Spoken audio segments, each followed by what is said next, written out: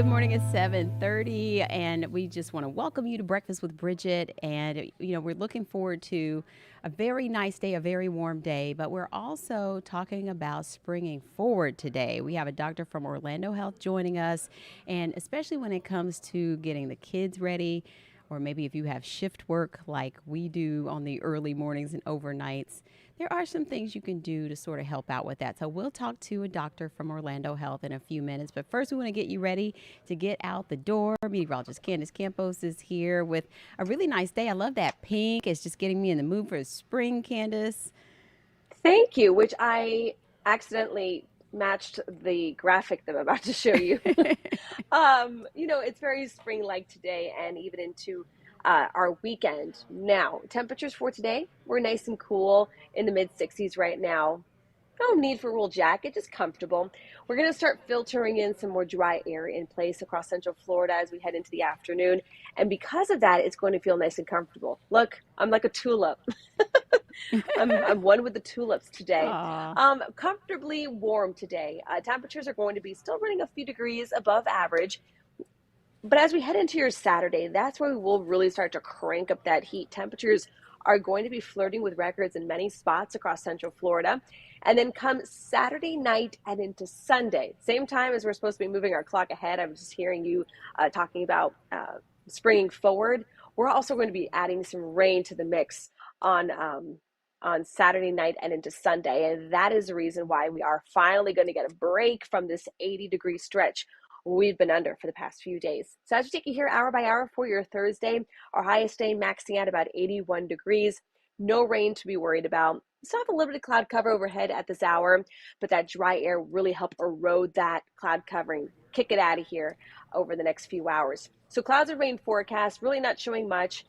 We are watching the approach, though, of our secondary front that's going to be moving in, again, Saturday night and into Sunday. The main low is still going to be far up to the north.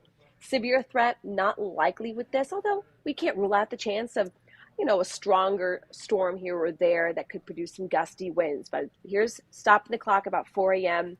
Models are still holding on to it moving in or at least approaching the area by late Saturday night and into Sunday. Clearing out by the lunchtime hour. We'll have a big ridge of high pressure build in behind it, and that will start bringing our temperatures back into the 70s, back to where we should be for the beginning of March. So everybody, hands up. It's roller coaster time. 82 to about 81 will be your high today and Friday. Then we're going to soar into the upper 80s on Saturday, nearing some records. We'll have a little rain Sunday morning, and then temperatures for early next week dropping off into the 70s. I'm liking next I love week's those forecast. And dogwood as we look blooms. here, oh yeah, here it is. Daylight saving, March 10th.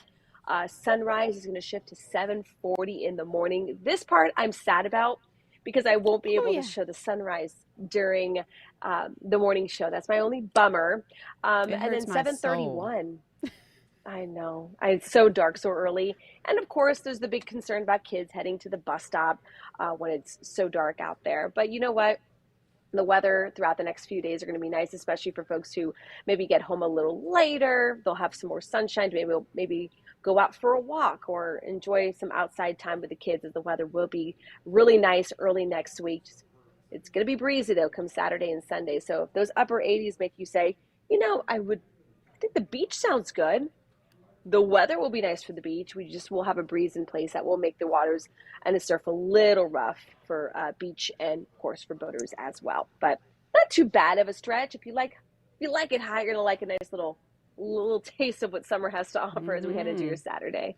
Yeah, for sure. And like you said, all these plants, the azaleas are already blooming. A lot of those flowering Yes. trees are already blooming, Candace. So, you know, it's The time. one plant, I can't even call it a plant. It's a tree. I've had a tree that was a baby tree when we first moved in years ago, before my oldest one was born, and it's a mango tree. Oh, yeah. Excuse me. It it gave me one good season, and then nothing. Oh, but that was a So I got notorious season because I hear you talk about these mangoes. They're legendary. oh God, and they're like, Bridget, they're like butter. But you know what? Just within the last 2 weeks, all of a sudden they have their little blooms out. Oh, that's a good sign. There you go. Listen, you will be the acceptor of many mangoes if I can get Okay. my tree up and running this I'm season. So ready. We have stay very tuned. listen, I'm ready for it. Sounds like All mango right, good. seasons are like pecan tree seasons, so makes sense. There Okay. you go. All right, thanks, Candace. You're welcome. Bye. Bye.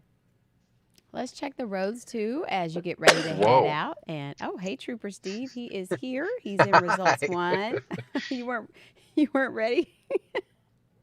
Hey, I was ready for the intro, and all of a sudden it's just like boom, Oh, replaced with Candace. Hello.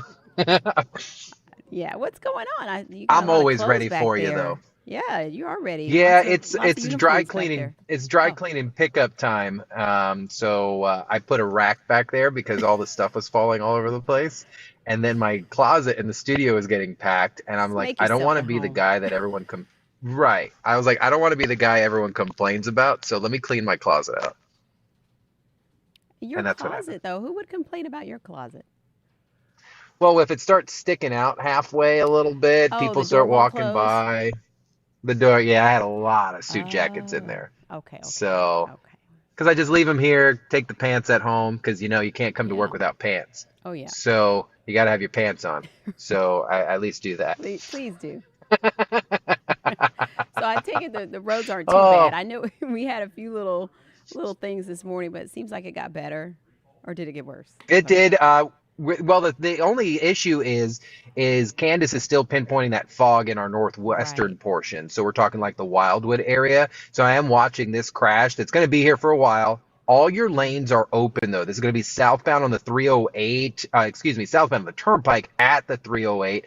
Puts you just south here of 75. You can see traffic getting by in the two lanes, but it is slow. Semi truck crash out in the median Mm. there. A lot of crews on scene, and it's not upper level stuff. This fog there is on the ground. So just be careful as you're cruising through that area. Again, you're going to be coming maybe from Wildwood, maybe south on 75, and you want to head on the Turnpike. That's exactly right where that crash is. Outside of that, not too bad. The Village is doing pretty good this morning, 27 north and southbound through Fruitland Park or Lady Lake. Pretty clear this morning.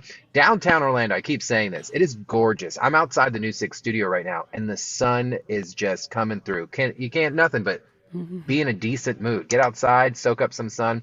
Drive times a little high, gives you time to pull that sunroof back. 31 minutes, Osceola Parkway to Colonial, and then Lake Mary at 24. So you can see downtown not too bad. Earlier crash off of Columbia was cleared out real quick. I don't know what is up with this one though. It has been hanging out there all morning long. So Cimarron and Colonial, just make sure you're cautious out there. Brevard County, maybe a nice beach day with the temperatures that are going on. You're clear along 528. Southern portions and northern portions clear. Of course, we still have bike week going on. So please make sure that you're looking twice for the motorcycles. We always say look twice because the depth perception is a little Mm-hmm. off when we're talking with bikes. So it's not that we're putting anyone at blame. We just want everyone to work together out there. Outside of that, Bridget, roadways are looking good. I'm actually headed up to Daytona Beach in the next few minutes to meet a viewer. So a viewer that just moved here a few years ago. He said 2 years ago.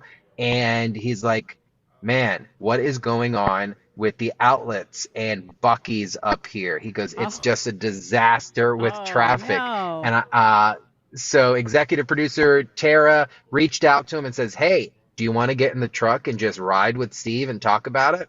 And he's like, heck yeah. So that's what we're going to do today at 10 a.m. over at clickorlando.com, News 6 Plus, and of course the News 6 app. So that would be a good time. I love when we get our viewers in the truck. Well, I hope he likes Bucky's so that you can stop there. Well, if he don't like it, I'm going to stop anyway, so it doesn't matter. I hear you. I hear you. I hear you. So, Oh, well, don't spend too much.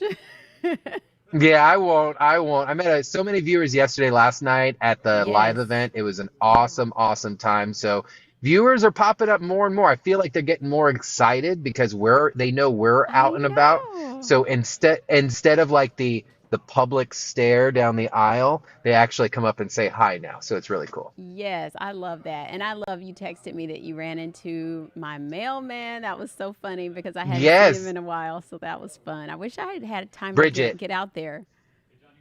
He was so excited. He comes up to me and he goes, please tell me Bridget Ellison's coming by. And I Oh, go, unfortunately not. She has some obligation. He goes, please. And he was in his mailman outfit. He goes, uniform. He goes, please do me a favor and just say I miss bringing the mail. They were I so nice. know.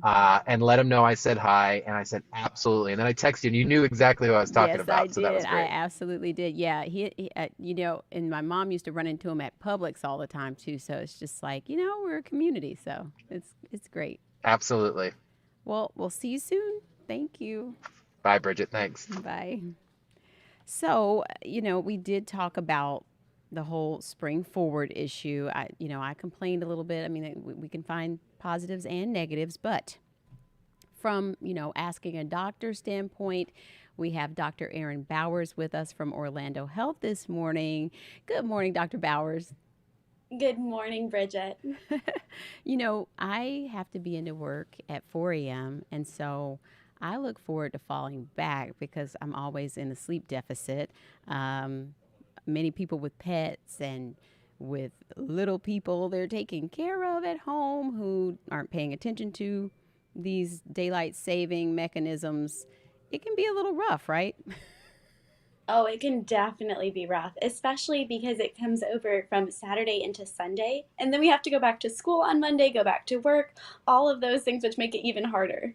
It does. So, you work with children every day. What do you try to tell parents as well as kids? Because when I tried to explain this to my daughter, she wasn't excited about it either because um, I think she overslept a little bit the other morning and she thought, oh no, if it's going to spring forward, it's going to be even harder to get up. Right, and that's definitely true. I think, the important thing is giving yourself grace. Obviously, we know it takes up to a week to really have that transition. So it might not work the first day and it might not work the second day, but just know that if we continue to try and continue to go to bed earlier and wake up earlier, that it'll eventually come into place and we'll feel better and then we'll change the clocks again and fall.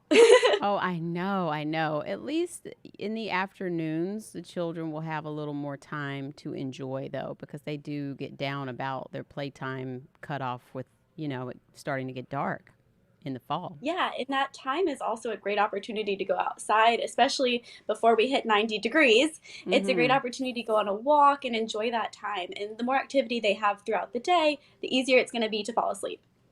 So, how do you like to explain it to them? Because it's like, the next weekend comes and, you want to sleep in, but you've already, you had the spring forward the week before and like I said, it is rough. It is a struggle. So, what do you try to tell them, and what do you try to tell the parents? Yeah, so I think first thing is talking to the parents about, making sure that we're still honoring our nighttime routine because kids rely on routines to feel safe and feel comfortable. So we want to just make sure that we're continuing to stay with our routine. It just might switch the times. So if we usually get ready for bed at 7, we just do it 15 minutes early, and you can do this leading up to daylight savings time. So every night you can do 15 minutes earlier and wake up 15 minutes earlier. So that way it's not such a harsh transition when it comes to Saturday into Sunday when we switch our clocks back an hour. And then it's important that kids also understand that, there is a reason why they're feeling more tired than usual. And so it's a hard transition, but I think it's worth it if we honor it the right way. Yes. And so, are there any other things that we can do in terms of, maybe certain foods or different things we can do to supplement to feel better for ourselves and for the kids? Yeah, I don't think there's any supplement necessarily, but there's definitely tips. And my biggest tip is even if it's lighter at the end of the day, that we still try to make it as dark as possible, but in that hour before bedtime. So allowing ourselves to really wind down.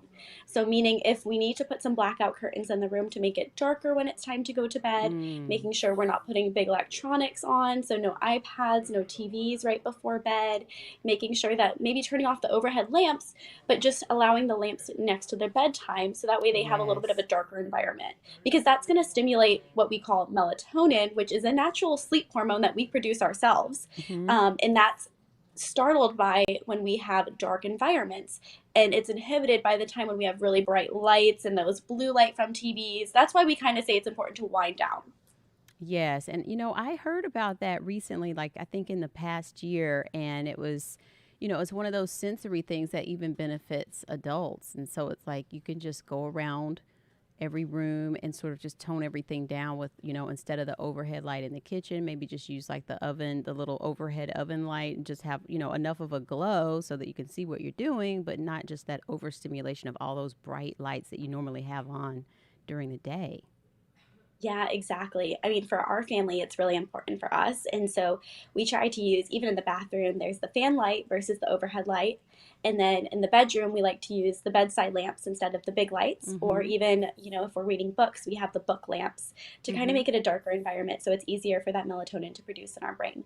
Yes, and you mentioned the technology as well, and that has been just really a big issue for children and adults because it's like we're always on. So, setting timers and different things like that help, but it is a hard discipline. It definitely is, but also making it an opportunity for your children to enjoy quality time with you.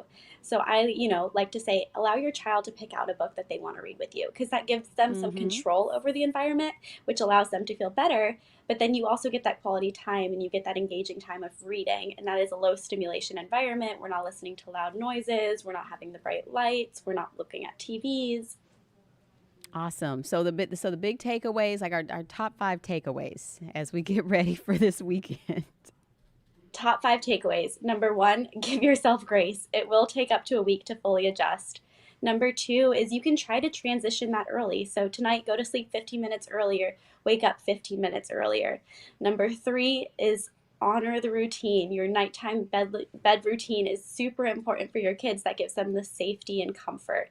Number four is try to get sleep. Kids we know need about 9 to 11 hours, and teens need about 8 to 11 hours. So trying to get that time in. And fifth, lastly, just go with the flow. Yeah, yeah, yeah. It's like you honor the routine as best you can, but try to honor it, and it's not going to be perfect, but we'll get there in a few weeks. Correct.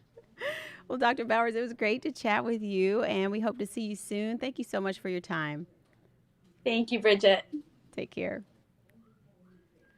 Yeah, it is very painful for me when I think about it. But sleep hygiene is important, and like we said, we can enjoy those little hours in the evening that we can get some things done with a little bit of daylight left, and then when it's time to go down, get those blackout curtains going. That's a good idea. I'm gonna try to see if I can find a quick fix with that because I hate hanging up curtains, but it would be worth it.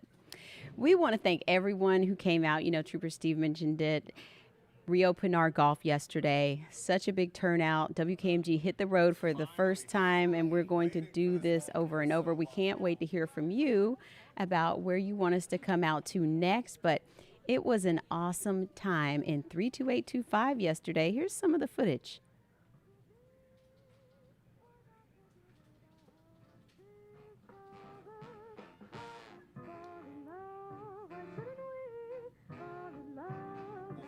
Fantastic, are they? I want to book them for my next special event. Ooh, right? Let's just listen to them for the rest of the night. That is one. It was a great time, and we had so many local stories tied into the community. So many members of the community came out, just like Steve mentioned. So we really thank you, and we hope that you can go online, clickorlando.com, and let us know where you'd like us to come to next, because it is in the works. That was just the beginning. We're just getting started. So we're hitting the road, and it's super exciting to connect with you in that way. So we're looking forward to our next stop and bringing some more local stories to you.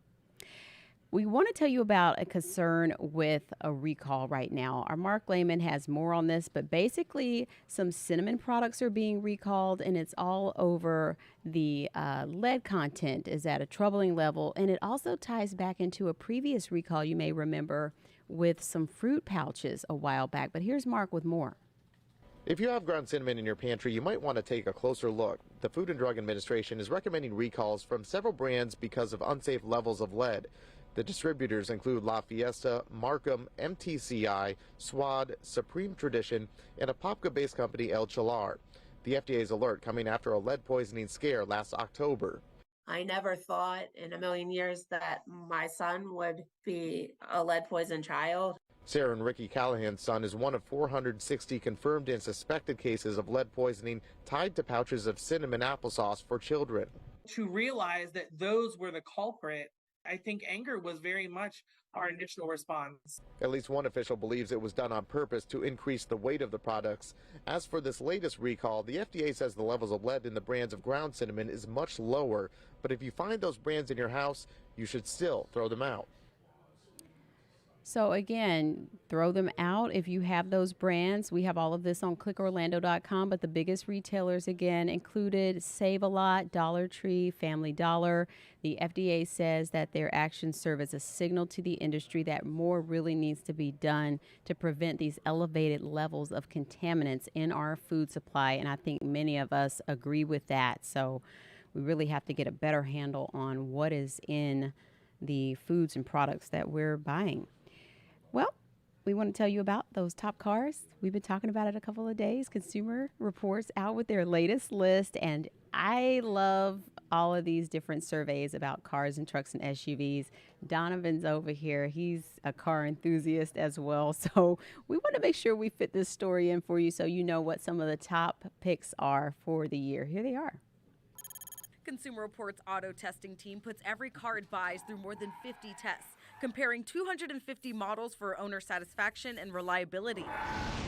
This year, our top 10 includes 4 hybrids, 3 plug-in hybrid electric vehicles or PHEVs, and 1 EV. That's significant because it shows that the market has shifted towards electrification and that these models can best their gas-only competitors. And the results for 2024, the Toyota RAV4 Prime takes everything drivers love about the super popular RAV4 and adds the benefits of a plug-in hybrid, which provides 42 miles of electric-only driving before the gasoline motor kicks in. From Subaru, the Forester and redesigned Crosstrek are also top picks. Both have secure handling, good fuel economy, and a wide range of active safety features. The redesigned Toyota Prius added more horsepower and performance, and the plug-in Prius Prime provides 39 miles of pure electric driving with 43 miles per gallon when the hybrid engine kicks in. If you're looking for a truck, the Ford Maverick and Maverick Hybrid provide much of the functionality of a pickup at a fraction of the size and cost. And if reliability is top on your list, it's hard to do better than the Toyota Camry Hybrid. It also performs well in our fuel economy tests, gets 610 miles per tank of gas, and earns a sky-high road test score in our on-track evaluations. And that was our morning anchor and insider guy, Crystal Moy, right there with the rundown on that report. So, you know, maybe if you don't have a hybrid or electric, those are some good picks if you're ready to make the switch. I want to do it eventually. I don't know when that'll be, but it's on my to-do list. So, you know, we talk about crime a lot because it's always happening, and that's what, you know, the news covers many times. It's a big chunk of it sometimes. But there are those times of year where law enforcement tells us to lock our vehicles, right? You know, around the holidays, and maybe if there's been, you know, a crime watch in a neighborhood or something, they're telling you to secure your valuables and keep them out of sight and lock your car doors. And most of the times that's for human criminals. But we want to take you to Longwood where, you know, a couple noticed that the car door was open, and the husband says to the wife, "Why didn't you close the car door? You left it open." And then she's like, "I didn't leave it open." She goes out. She sees it's open, some things are disheveled. They check their video, their home video, and this is what they found. A bear just let itself in, just opened the door. You saw how it opened the door. This was not the first time this bear has done something like this, but at least it didn't ruin the car. From what we've heard, there were a few, you know, paw prints in there. The bear made off with a lot of the kids' snacks that were in the back. But other than that, it just let itself out and kept going, but didn't close the door behind itself. Rude. I don't know why, but if you go on clickorlando.com, watch the whole video, there were 2 bears in the neighborhood that night. So all in all, you know, it's not the worst car break-in. I'm glad that they slept through all of that, but definitely the talk of the town right now. So lock your car doors if you live near the preserves and, you know, the areas where the bears are roaming, because, you know, they were there first, and, you know, it's all of this is a boom town, so more people are going to need to lock their doors before long. Well, next up is Weather-Wise with meteorologist Jonathan Kegas, and then On Patrol with Trooper Steve. We'll see you back here at 7:30 for more Breakfast with Bridgett for, oh my goodness, well, tomorrow is Tomorrow's Friday. Oh my goodness. The longest week ever? Or is it just me? Is it the spring forward already like starting to kick in? Donovan says it's him. That's what's making the week long. What's up with that? Maybe. Okay. Wow. We're gonna let you go. Have a great day. We'll be back at noon on WKMG with more news and weather updates. Take care.